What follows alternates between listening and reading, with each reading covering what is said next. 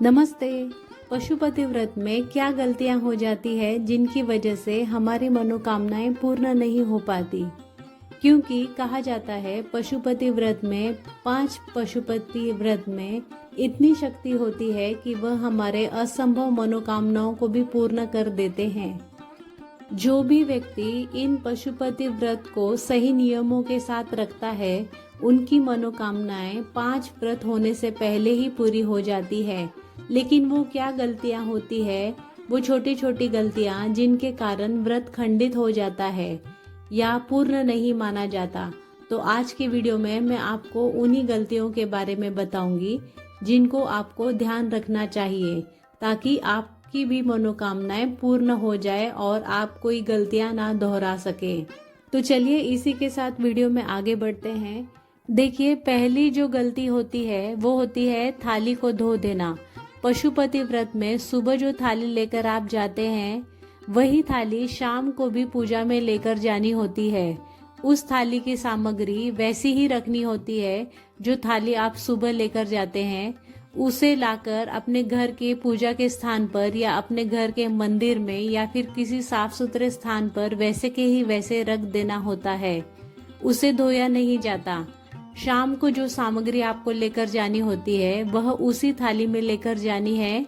साथ में ही जो लोटा आप लेकर जाते हैं भगवान को पंचामृत या जल चढ़ाने के लिए, वह लोटा भी धोया नहीं जाता, क्योंकि शाम को भी अभिषेक करना होता है। अगर आप अभिषेक नहीं भी करते हैं तो भी शाम को कम से कम भगवान को गंगा जल के छींटे जरूर लगाना होता है, तो उसी लोटे के द्वारा लगाया जाता है। तो वह थाली और लोटा नहीं धोना चाहिए। ये पहली बड़ी गलती होती है जो लोग करते हैं कि सुबह मंदिर से आकर पूजा की थाली धोकर रखते हैं। अब जो दूसरी गलती करते हैं वो ये है कि सुबह जो सामग्री लेकर जानी होती है वह बहुत थोड़ी थोड़ी ले जाते हैं। जैसे कि चंदन हो गया, सिंदूर हो गया माता पार्वती को तिलक करने के लिए, चावल हो गई, पुष्प हो गए, चीनी हो गई इत्यादि। ये सारी सामग्री ज्यादा लेकर जानी चाहिए, क्योंकि शाम को भी उसी सामग्री से आपको भगवान को तिलक करना है और दिए को प्रज्वलित करना है। ऐसा नहीं होना चाहिए कि शाम की थाली में आप वापस से सारा सामान रखें। यह वह गलती है। लोग ज्यादा सामान नहीं लेकर जाते और फिर शाम को दोबारा उस थाली में सामग्री रखते हैं। तीसरी गलती जो होती है वह होती है, आप या तो मंदिर से लौटते समय कहीं पे रुक जाते हैं या फिर किसी के घर चले जाते हैं। पशुपतिनाथ व्रत में अपने ही घर में व्रत रखा जाता है, या जहाँ भी आप यह रख रहे हैं तो मंदिर नहीं बदला जाता। जिस भी मंदिर में आप जाते हैं उसी मंदिर में 5 व्रत के लिए जाया जाता है। 5 व्रत की पूजा उसी मंदिर में होनी चाहिए, अलग अलग मंदिर में नहीं जाया जाता। दूसरी बात यह है कि व्रत वाले दिन आपको किसी और के घर का पानी या भोजन ग्रहण नहीं करना होता है, अपने ही घर पे भोजन ग्रहण करना होता है। उसके साथ ही ये गलती होती है कि जब आप पूजा करके लौट रहे होते हैं तो सबसे पहले आपको अपने घर पर आना होता है और कोई काम से कहीं पे रुकना नहीं होता। इसमें एक खास बात होती है, जो लोग गलती करते हैं कि पूजा करने के बाद या तो कहीं चले जाते हैं या फिर कीर्तन हो रहा होता है उसमें रुक जाते हैं, या फिर किसी के साथ बातें करते करते पार्क की तरफ निकल जाते हैं। लोग सोचते हैं कि चलिए वॉक करके आते हैं, लेकिन जब आप पूजा के माध्यम से गए हैं, पूजा के भाव से गए हैं, तो आपको पूजा करके ही, पूरी पूजा समाप्त करके ही सीधा अपने घर पर आना होता है।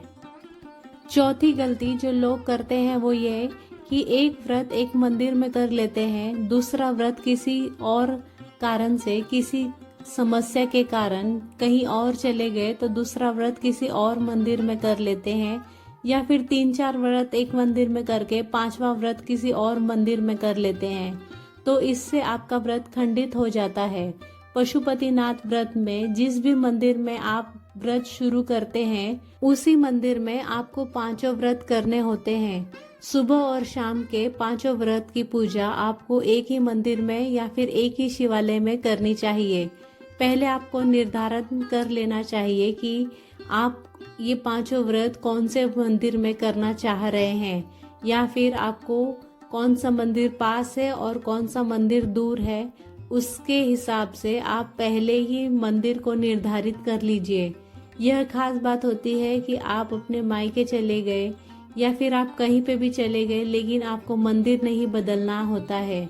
पांचवी गलती जो लोग करते हैं वह है शाम को जो प्रसाद बनाते हैं घर में, अगर मीठा बना रहे हैं तो बाजार से भी कुछ मीठा लेकर आए, बर्फी लेकर आ रहे हैं घर में, या खीर बना रहे हैं या हलवा बना रहे हैं या सूजी का हलवा बना रहे हैं, तो वे ज़्यादा बना लेते हैं या ज़्यादा मंगा लेते हैं ताकि परिवार के सभी सदस्य खा सके। तो वे क्या करते हैं, अगर घर में बना रहे हैं तो 3 भाग का तो वे मंदिर ले जाते हैं, बाकी का वो घर पर ही प्रसाद छोड़ देते हैं। लेकिन पशुपतिनाथ व्रत में जो भी मीठा आप बना रहे हैं या बाजार से ला रहे हैं, तो आपको वह घर पे नहीं छोड़ना, उसके 3 हिस्से करने हैं और तीनों भी हिस्सों को आप मंदिर ले जाएंगे। इसमें न ज्यादा प्रसाद बनाया जाता है न ज्यादा प्रसाद लाया जाता है, उतना ही बनाया जाता है जितना मंदिर में चढ़ेगा। उसके भी 3 भाग होंगे, उससे ज्यादा न बनाया जाएगा न उससे ज्यादा लाया जाएगा। यह बहुत बड़ी गलती होती है जो लोग करते हैं, सोचकर कि मीठा बन रहा है तो परिवार के सभी सदस्य खा लेंगे, लेकिन नहीं, मीठा बन रहा है तो वह प्रसाद बन रहा है, परिवार के बाकी सदस्य इस प्रसाद को नहीं खा सकते। तो जो 3 भाग बटेंगे उसमें से 2 भाग आप मंदिर में छोड़ेंगे और जो तीसरा भाग आप घर पर लेकर आएंगे, उसका कोई भी अंश कोई और सदस्य नहीं खा सकता, वह पूरा प्रसाद आपको ही खाना होता है। और अगली गलती जो लोग करते हैं वो ये कि जो 6 दिए लगाए जाते हैं वह आपको घर से ही तैयार करके ले जाने होते हैं। उसमें घी डालना या फिर उसकी बाती बनाना, ये सारे काम मंदिर में नहीं किए जाने चाहिए। आपको पूरे दिए घर से ही तैयार करके ले जाने चाहिए। 7वीं गलती जो लोग करते हैं वो यह कि 5 दिए तो मंदिर में जला देते हैं, लेकिन जो छठा दिया थाली में है वो थाली से उतारते ही नहीं। मंदिर में जाने के बाद हमें अपने थाली से सारे 6 दिए उतारकर मंदिर में रखने होते हैं। और जब हम दिया जलाते हैं उस समय और एक गलती होती है, जब हम दिए प्रज्वलित करते हैं भगवान के सामने तो हम अपनी मनोकामनाओं की प्रार्थना भगवान से नहीं करते, केवल घी के दिए जला देते हैं। ऐसा नहीं करना चाहिए। जब आप घी के दिए जलाएं तो आपको उसी समय हाथ जोड़कर मन ही मन भगवान से प्रार्थना करनी चाहिए, जो भी आपकी मनोकामना हो वो पूरी करने के लिए। इस तरह एक एक दिए करके 5 दिए जला देने चाहिए और 5 दिए जलाने के बाद जो छठा दिया है वह वापस से थाली में रखकर अपने घर लेकर आना चाहिए। अब 9वीं गलती जो लोग करते हैं वह यह कि प्रसाद के तीसरे भाग को वो घर तो ले आते हैं, लेकिन भोजन ग्रहण करने से पहले प्रसाद का वो तीसरा भाग नहीं खाते। हमें भोजन ग्रहण करने से पहले प्रसाद का वह तीसरा भाग खाना होता है, तो सबसे पहले आपको प्रसाद खाना है, उसके बाद ही भोजन करना है। 10वीं गलती जो लोग करते हैं वो ये है कि वे 5वें व्रत पर उद्यापन नहीं करते। कुछ लोगों को लगता है कि 5 व्रत रखने के बाद ही छठे व्रत पर उद्यापन करना चाहिए। जी नहीं, 5 व्रत किए जाते हैं, 5वें व्रत वाले दिन ही उद्यापन करना होता है। यह गलती आप भूल से भी ना करें, क्योंकि कुल मिलाकर 5 ही व्रत किए जाते हैं। उद्यापन का दिन भी उन 5 व्रत में आता है। जी हाँ, अगर बीच में आपकी तबीयत खराब हो जाए या फिर आप 5वां व्रत ना रख पाए या फिर आपको पीरियड्स आ जाएं, तो आपका एक व्रत एक्स्ट्रा हो जाता है। लेकिन इसके अलावा आपको कोई भी छठा व्रत नहीं रखना होता है और ना ही उस दिन उद्यापन करना होता है। और एक गलती जो स्त्रियां करती है वह यह कि अगर इन 5 व्रत के दौरान अगर उनको मासिक धर्म आ जाए या फिर पीरियड्स आ जाए तो वह उस व्रत को भी गिन लेती है, क्योंकि इस व्रत में कोई भी व्रत खाली नहीं छोड़ा जाता। अगर आपकी तबीयत खराब है, आप व्रत रखने की स्थिति में हैं और आपने व्रत रखा है, तो भी आपको उस दिन के व्रत को गिनना नहीं चाहिए, क्योंकि उस दिन पूजा नहीं की जाती, ना ही आप भगवान के आगे दीपक जला सकते हैं, ना ही प्रसाद चढ़ा सकते हैं। तो ऐसी गलती ना करें। 5 व्रत में अगर आपको पीरियड्स आ जाएं तो उस दिन को आप ना गिने।